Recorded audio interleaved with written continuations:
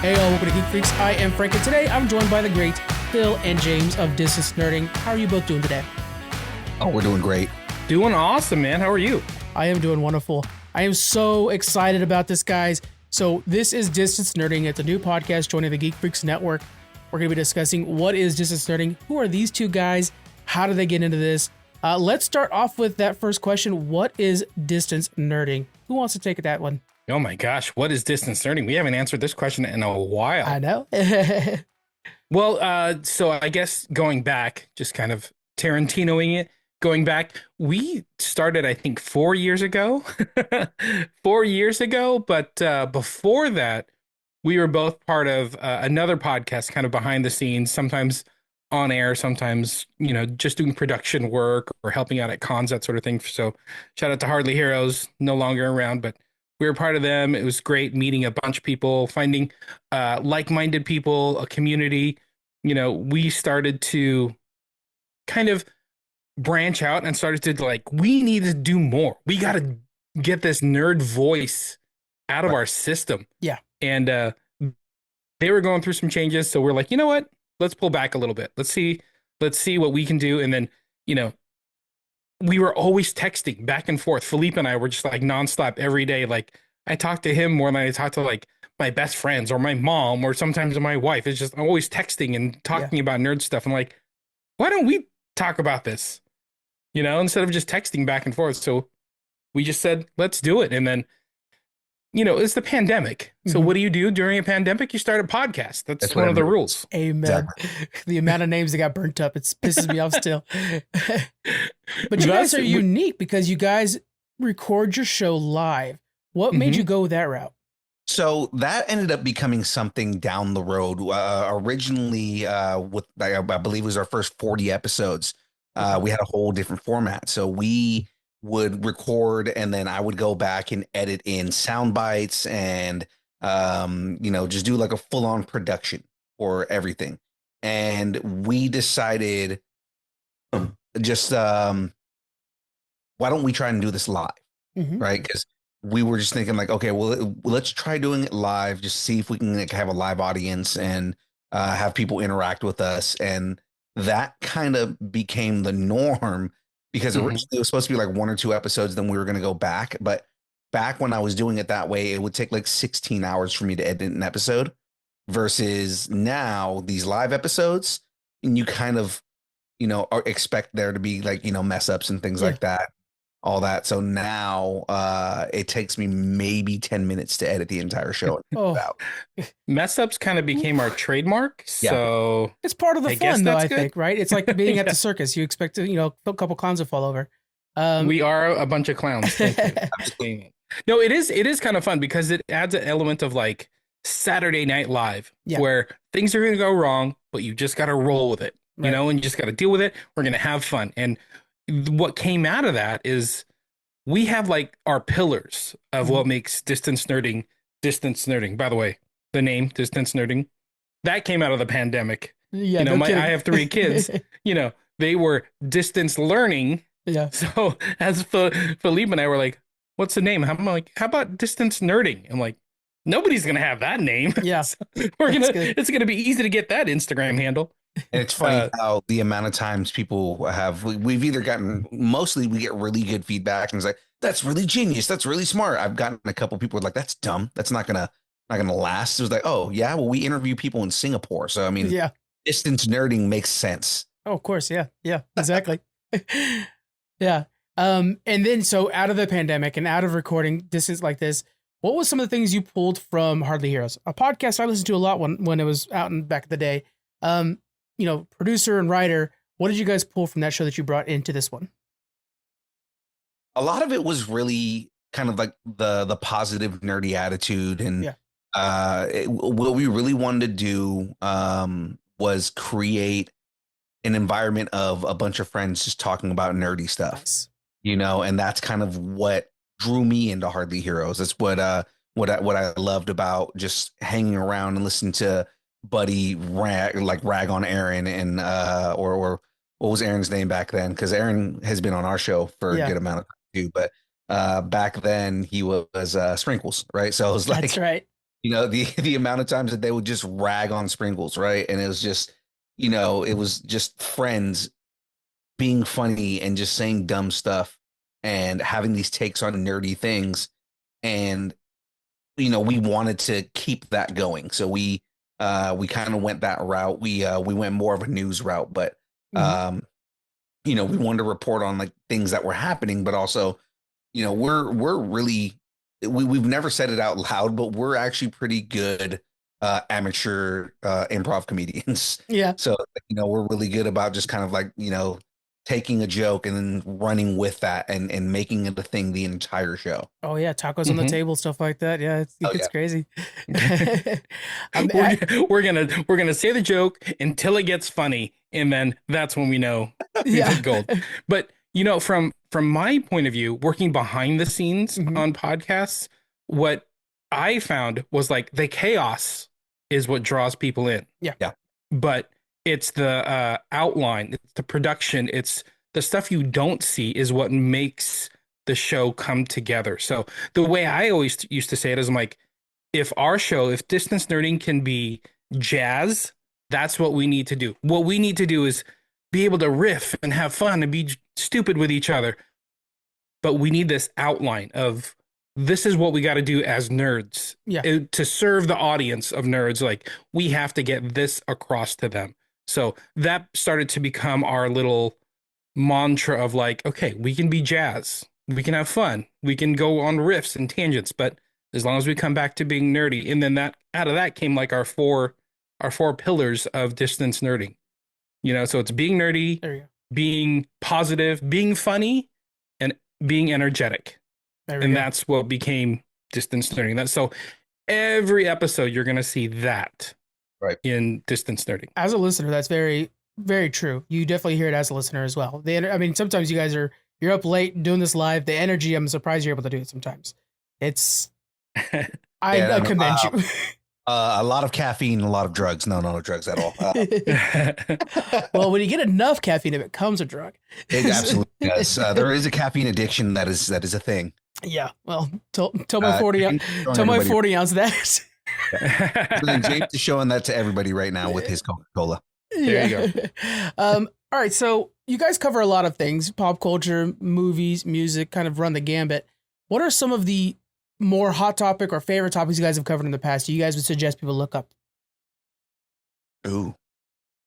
So we do an interview show every Thursday. Yeah. And one of the fun things that we do with every guest is, just to kind of like relate everybody back. Our very first episode, we did a segment called Growing Up Geeky. And the idea was James and I trying to relate to our audience and saying, what is the thing that turned you into a geek, right? Yeah. What made you a nerd?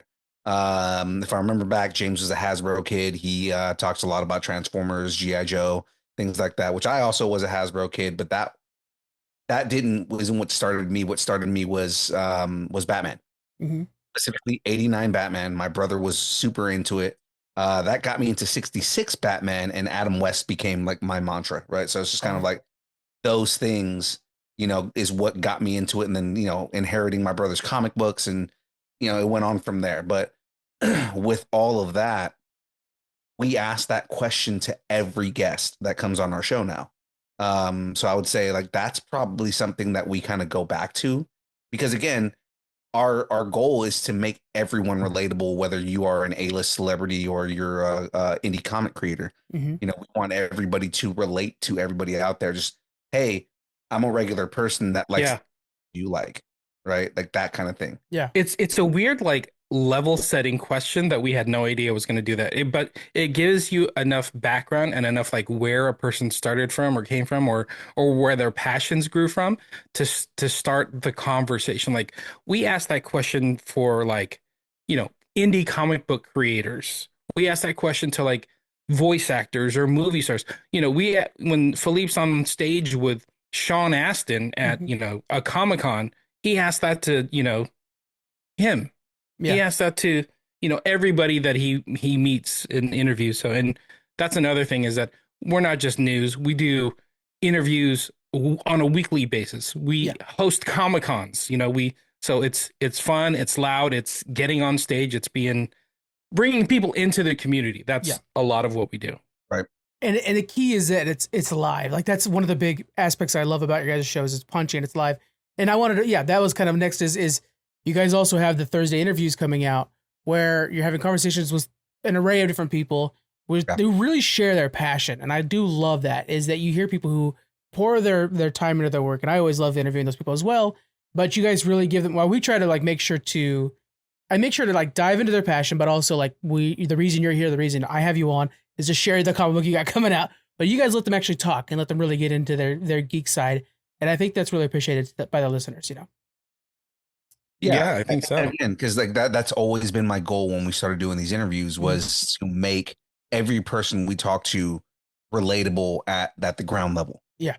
And so, we go everywhere from see Andrew Nelson, talking about the things that he loves. We talked about fish, because he loves aquariums and things like that. And I was just like, you start finding these different things about these different celebrities that you wouldn't have guessed that they were into.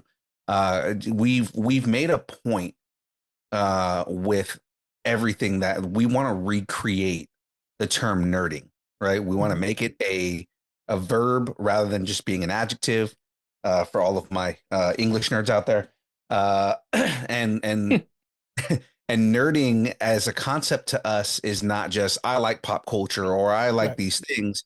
It's you're passionate about something, right? And everybody has a passion that they're into. Whatever it is you're into, we want to talk about it. That's our taglines. And, that's one of the things that we always want to do is be a place where you can celebrate your fandoms without feeling like you are, being persecuted for it or anything like that.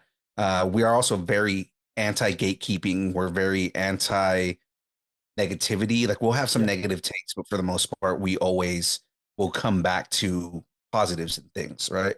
We really want to get away from all of the toxicity that is out there in the fandoms, in the nerd world and everything like that, and just be a place where almost like a safe space, a place where you can come and celebrate the things that you love.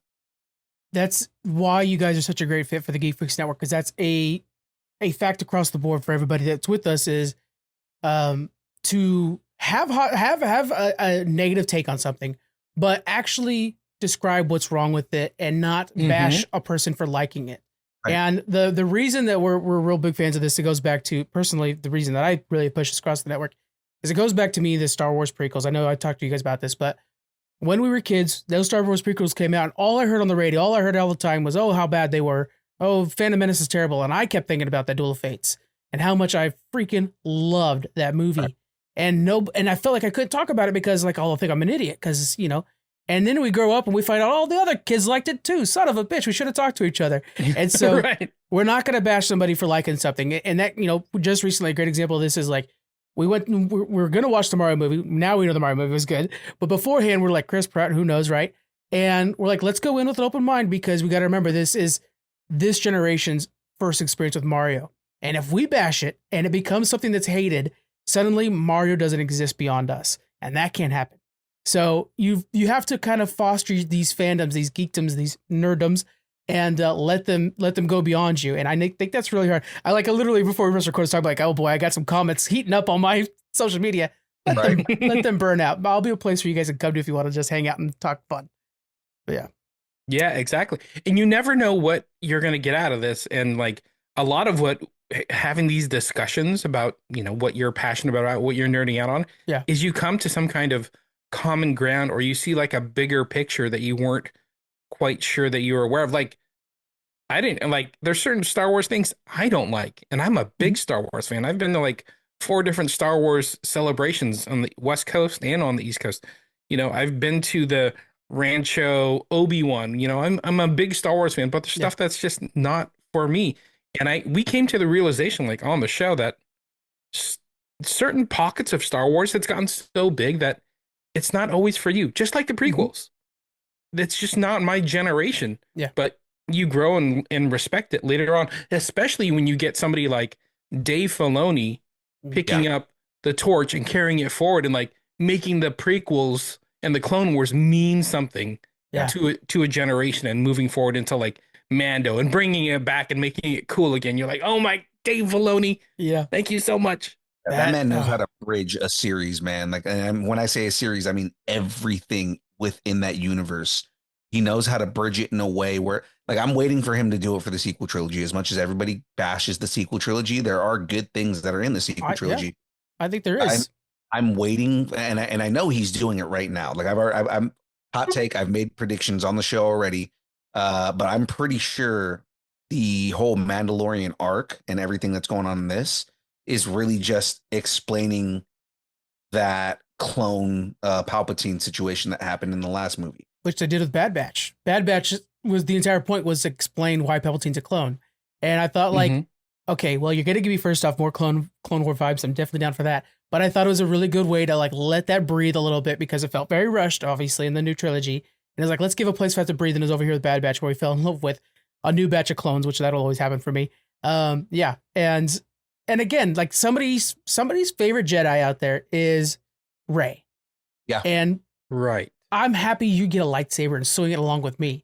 Mine's Qui-Gon Jinn. Let's all celebrate. You know, that's fine. So exactly. With in the last aspect, I really want to bring up with like the three different. I'm thinking pillars now that you said pillars a few times, but is the fact you guys are going to these conventions all the time. You guys do panels. You know, Deadpool happens to pop up where you guys go. I don't know how that happens. I think he's just a big fan of your guys' show, but he loves this. Yeah, tell us about your guys' con experience. We do it, but definitely not as often as you guys do. Can you tell us a little bit about that? Well, you know, coming off the other show that we were on, coming off Hardly Heroes, they used to host some shows, but then when they kind of folded, that promoter was like, hey, we kind of need somebody to host these shows. Do you want to give it a shot? We said yes. And 4 years later, we're still doing it. So we host, I think it's 6 or 7 or 8 different Comic-Cons all along the West Coast. We go to Oregon, Nevada. We're going to go to Washington, Idaho, and, you know, down south as well. And we attend these cons. We host the panels. We, you know, write all the content. We get to interview guests, get to meet people. It's amazing. And, you know, one of the best things we get to do is we get to host the main stage, and which is usually on the Comic-Con exhibit floor. Yeah. So then we're interacting with people nonstop, you know, like talking with cosplayers, talking with attendees, giving out prizes, doing trivia. We just make it an experience, not for us, but for the attendees, for the fans that are at the cons. Yeah. Right. We always try to think like, what's the experience that we would want? You know, like as we're fans first. We're fans before we are content creators, before we're podcasters, before we are, I guess, amateur journalists in the way that we do our interviews. Before all of that, we're fans. And I think that's one of the things that one of the biggest pieces of praise that we've gotten is that it doesn't come off as a bunch of dudes who are just trying to figure out what this person does and just has phones in an interview. Right. Like, we are fans of the people we talk to, and it shows in the way that we talk to them. And I've always found that profound as far as like when that was told to me, it makes me feel a lot better about what we do, and just makes me want to push even harder. You know, like, that's the thing, is that providing that experience for all the con goers and trying to create that experience that we would want ourselves. Right. I think don't get it twisted though. When we're on stage, part of us is that shy nerd on the inside where it's that Chris Farley sketch. Yeah. where we're like, hey, remember when you were in that one movie and you said that one line? That was pretty cool. Yeah. But we got to keep ourselves from saying that. It is hard to do, man. Yeah. I'm not going to name drop stuff right now. I mean, but I just had an interview right now, right before you guys, matter of fact, that was like, I was just telling Thomas, like, I didn't think he liked me until afterwards when he stopped being professional. And I was like, oh, thank God he liked me. Because, like, I love his comic books. So I was like, please like me. So that's it worked out well. That's awesome. There have been multiple times where I get on stage and, hi, Kevin. Yeah. That whole thing, right? And it's like, but the thing is that I also have to kind of sit myself back, like just move back a little bit and say, they are a person the same way as we're just a regular people. Right. They just happen to have a really cool job. Yeah. Yeah. You know, and that's kind of the approach that we go into. Like, a lot of times people will say, man, you guys are cool up there. And, you have, it almost seems like you have no nerves at all. It's like, no, No. I'm dying on the inside. Yeah. I'm just really good at hiding it. I have a good poker face You're is right. all it is, For me, but it's all like, about them notes, man. I just got to get from one side of the notes to the other side of the notes, and we'll be okay. Yeah. yeah, like there have been some pretty high up there celebrities that we've talked to. And it's like again, I have a bucket list for interviews. I have 3 people on that bucket list. One I've interviewed, one has agreed to come on the show, but I haven't been able to get in contact with them again. And the last one, both of the other 2 guys have said, yeah, no, he'll do it if you ask him. Oh, that's cool. There we go. But what's nice hosting these cons, interviewing these guests, we get to come out with a second show to Distance Nerding's The Download, which is our news and rumors show. We get to come out with a comic conversation, which is like we take all these interviews that we do at these cons. Usually it's like 5 or 6 a con, and package them up and release them as a podcast. So if you missed the con, you get to hear the interview that happened, or maybe you were at the con, you want to relive it. Actually, that happened a couple of times with the Sean Astin interview. People were like, "Hey, where can I hear this? Where can I hear the interview again?" And they want to relive it. Available now. Yeah, exactly. So we have it on our podcast feed for Distance Nerding. Just look up Distance Nerding Comic Conversation. Oh, that's nice. Get it? Yeah. Oh, yeah. I love the poet. That's the best. That's the best part, though, right? Because we are so lucky to be invited to these conventions, and it's like, let me share the floor with you guys. Like when we have booths at conventions, which is my favorite version of cons, even the small ones or whatever, is I always have a microphone facing out towards the con, and then when I edit the episode, that microphone I drop low, and it's constant throughout the entire episode. So first off, it helps with the cuts; they don't sound as jarring because there's a constant rumble.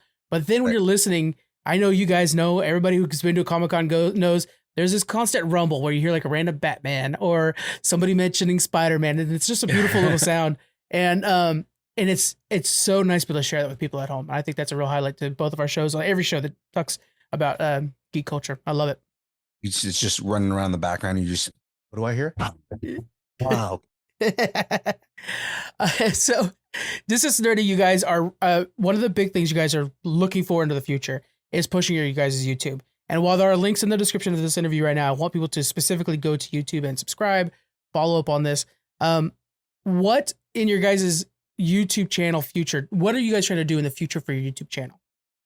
Yep. So we do the 2 shows a week right now. So we do the news show on Tuesdays, and then on Thursdays, Philippe does what we call the build, which is him building Legos, which are very expensive these days. He's building Legos, but also doing the interviews that we talked about. But it's a little bit longer format than just a Comic-Con interview.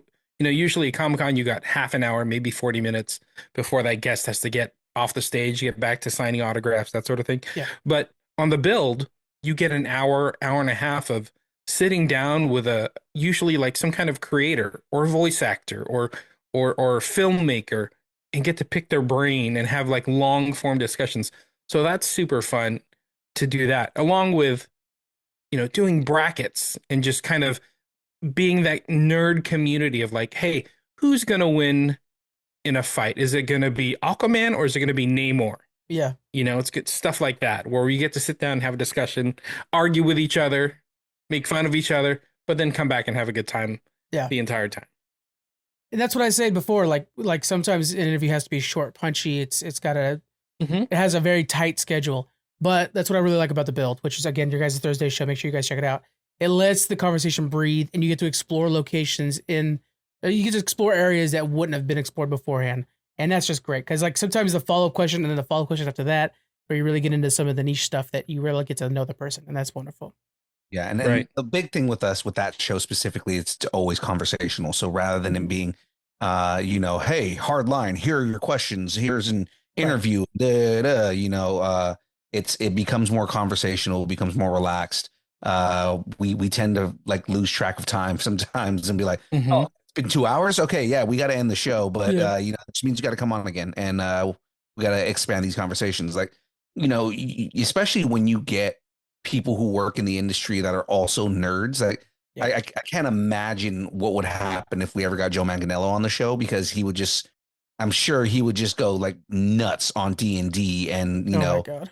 just EC and just crazy stuff like that. Because like, and it's not just, hey, here's an interview that I do all the time. It's dude, we're just going to have a conversation for 2 hours. And like, we are, let's do it. Yeah. Yeah. It's a great Going show back to idea. what you were asking though, like what else is coming up? Yeah. Like we're kind of doing the news. We're kind of doing the interviews. Of course, we want to do more cons, bigger cons.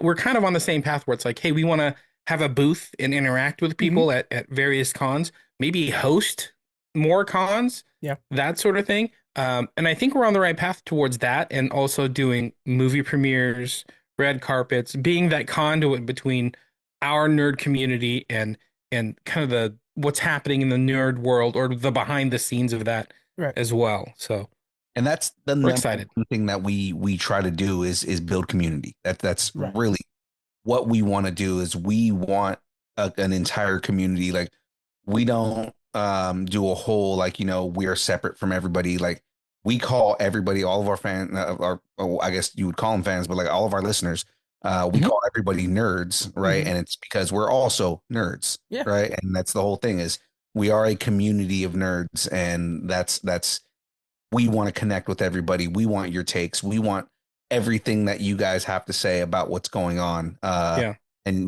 we want you to be a part of the show just as much as we are. So like what you said earlier, like you have to have an opinion. Like you can like something, just have an opinion on it so we can discuss it. And it's fun building that community, having those discussions. Like Philippe and I are here in Sacramento, California, like along with yourself, but most of our show, our other three hosts are on East Coast. Like we have people in the Midwest, Oklahoma, Chicago, and Florida. Yeah, exactly. We truly are distance nerding. Yeah, so you get a wide array of opinions, and the idea of having these conversations, it doesn't scare people away, because I think that there are a lot of people that would love to talk about Daredevil, but they're afraid that they're going to get mocked online, which is all trolls. And it's nice to just have a chat about it like you used to when you were kids and they're in the recess. We don't have those anymore. I mean, it's hard to have friends anymore. And a podcast is a place where you could chat with your friends almost. And of course, hit you guys up on the social media, which you guys are pushing social a lot right now. Again, links in the description. It's a community and everybody should be joining it. And I'm happy to be expanding that community with Geek Freaks and all that. So it's quite wonderful. Also, I'm a anti-troll troll. So like James, he was so weirded out the other day because I was like, we got our first negative comment. And he was like, okay, why are you so excited about that? It's like, because I get to go talk smack. Yeah. Like, I am a troll's troll. If you come to troll us, I'm going to mess with you so much. Yeah. And I'm going to take joy in it. So if you guys really want to make James or Phil happy, drop those negative comments. Negative comments. That's fine. As long as you're not giving us a negative review, we're fine. Well, that was the things. Like when we got our first negative review, I was like, now we're a real show. That feels good. I know, right? And then you're like, perfect. Mom, that was rude. Yeah. So mad. Okay, so everybody, again, Distance Nerding, links in the description. What is next on your guys' palette? Do we have any future interviews you guys want to talk about, or any conventions you guys are going to be going to soon? So I mean, we as far as interviews go, tomorrow, which as the time we're recording, tomorrow's Thursday. Tomorrow we've got an indie creator coming on, but I'm really excited about the concept that he has. Yeah. So his name is Milton Lawson. The book that he wrote is Orson Welles' Warrior of the Worlds. I mean, that's the kind of thing you just like, click add to cart. Right. So the concept, and it's a graphic novel, it's thick. Yeah. But the concept of it is, during the day, Orson Welles is filming movies and doing radio shows, and at night he's actually fighting aliens. Of course. It's so good. Yes. That's what's kind of fun with doing so many cons and doing so many shows and doing so many interviews on a weekly basis. We're finding creators are coming to us. Yeah. To be like, hey, I have this pitch for this comic or this graphic novel or this show that I'm going to do or this film that I'm making. And we get some amazing stories that come out of that, and some amazing minds were like, how did you even think of this? Yeah. So it's really fun. As far as cons go, I mean, we're about to hit con season. We're Yeah. in con season right now. So I think there's six cons we'll be hosting up and down the West Coast, along with attending some of the cons you mentioned earlier, like LA Comic-Con and stuff like that. So there's a lot going on. So we're going to be busy from now until the end of the year. Okay. Yeah. So if you are in Boise, I was gonna say, if you're in Boise, Idaho, the next big show that we're doing is Gem State Comic Con. And I mean, we're excited. We're gonna be talking with Bonnie Wright. So I mean, that's just like, I'm still kind of like, I don't know how I feel about this right now. the nerves again. It'll never go away. Nerves, that and Sean Gunn have my nerves kind of racked up. Ooh, so that'd be a good one. Oh yeah, we're going to be interviewing Sean Gunn. That's right. Yeah. It's cool. Yeah. And by the way, we won't be interviewing because there's some NDAs happening, but Ray Park, we mentioned, Star Wars earlier in the prequels. Ray Park will be there. He won't be doing specific interviews, but we'll be chatting him up, not breaking NDAs. You might have shattered it already. I don't know if you know what an NDA is. No, I think it's he can't interview us because he can't spill the beans on some NDAs. So okay. Which I mean, again, we're really big on letting them know. At least I will say, if there's anything NDA related, you can like omit and say I don't want to answer that. James is like, no, give me the tea. Yeah. And by the way, it's Ray Park. If any of us get out of line, he's going to kick us in the face. Yeah, Darth Maul, dude. Like it's Darth Maul. Kind of what he's good at. He's gonna do it with a cool backflip or something. Yeah. I'm so happy to have you guys part of the network, and I'm so happy for others to be able to discover you and just share our fandoms, share everything that's in the geek culture right now, in the nerd culture. It's gonna be hard for me to remember Nerd Geek. Where can people find you? Let's go ahead and get the shout outs for all the social medias and stuff like that. Oh my gosh, we get to do pluggables. I know, right? For once. Do pluggables. Oh, and then this is going to be great. I'm going to do our pluggables. This I don't know. This may or may not be a good idea. We'll see. It could always be edited out. If there's nothing after this, it was a bad idea, guys. Absolutely, it's true. Well, guys, you can connect with us on all the social media places on Instagram, Facebook, Twitter, never calling it X, Twitch, TikTok, Threads, YouTube, Discord, Blue Sky, MySpace, Vine, GeoCities, Friendster, Second Life, AIM, Farmers Only, Christian Mingle, OnlyFans. It's only pictures of Aaron Watson's feet and Mandels, the beard, Jamez's glasses, sitting on the table judging you for everything that you do and everything she would do for money. Just pretty much anything. And of course, if you'd like us to break up with your boyfriend, girlfriend, significant other, pet, schoolyard bully, annoying neighbor, just tell us how much you enjoy us, hate us, or wish the internet would consume us completely and spit us out at the feet of whatever character is on your mind right now. You can send us an email at distancenerding@aol.com. Here we go. There's the line. AOL.com. So I'll be meeting you guys up on Farmers Only and maybe Perfect. J-Date. I don't know if you guys are on J-Date, but I'll look. I'll see what's We're there. not, but we'll get on J-Date. Don't worry about it. Obviously, guys, Distance Nerding is the place to hang out. So all the links in the description. Make sure you guys head over there. Thank you both very much for joining me today. Absolutely, man. It's been our pleasure. Thank you. All right, guys. We'll see you on the next one. Bye. Thanks, and keep nerding together.